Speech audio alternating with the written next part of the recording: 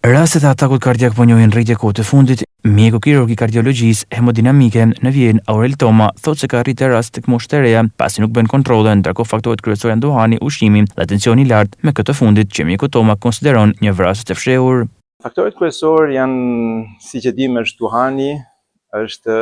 tensioni i lartë, janë kolesteroli, është pjesa gjenetike familjare që nuk mund të arrijmë të bëjmë diçka, por edhe vetë ushqimi, aktiviteti fizik, mbarësi se si ne mundohemi që ta mbajmë sa më të shëndetshëm trupin tonë. Tek moshët e reja është më shumë prevencioni, pasi ato nuk bëjnë kontrolle të mjaftueshme ndoshta dhe presin deri në momentin e fundit kur arrin të ketë një problem. Do të ishte gjë e mirë që 40-50 vjeç të fillojnë me vizita, edhe thjesht që shkojnë shumë mirë, mund të jenë në gjendje shumë mirë shëndetësore, po të mjafton që të bëjnë një vizitë për të parë se çfarë niveli janë. Kështu që problemi kryesor është tensioni i lartë, është edhe një killer i fshehur, që quajmë në Europë, pasi asnjë nuk jep asnjë lloj dëmtimi, nuk jep asnjë lloj dhimbje, por fatikisht ajo punon brenda dhe mbas disa viteve mund të na japë një problem shumë të problematik në zemër. Ndërkohë për Florim Cuculi, shef i kardiologjisë në Luzernë të Zvicrës, në Shqipëri mungon materiali për ndërhyrjet në rast të atakut kardiak.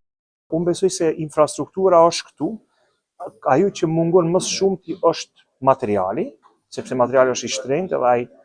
është material pak më specifik për material për rastet normale, kështu që është me rëndësi që të furnizohet me material të mirëfill që kolegët të punojnë, edhe natyrisht që për ta bërë, këta kolegët do të ta kenë atë suportin nga, do kisha thënë, nga Ministria e Shëndetësisë, që tu mundësohet materiali, tu mundësohet edhe kushte që këta mund të punojnë edhe t'i bëjnë edhe rastet e vështira, sepse aftësitë i kanë. Edhe ata që nuk i kanë ata aftësi mund t'i mësojnë, se nuk është ajo problem transmetimi i diturisë, por me rëndësi është që të ketë suport nga ana e politikës, që me të vërtetë unë besoj se çdo pacient që nuk trajtohet këtu edhe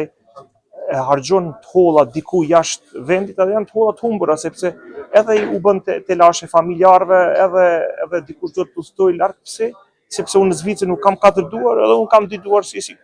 është mirë që të punojmë që pacientët trajtojmë këtu në Shqipëri. Mjekët bëjnë apel për kontroll të shpeshta për të shpëtuar jetën nga rreziku i atakut kardiak.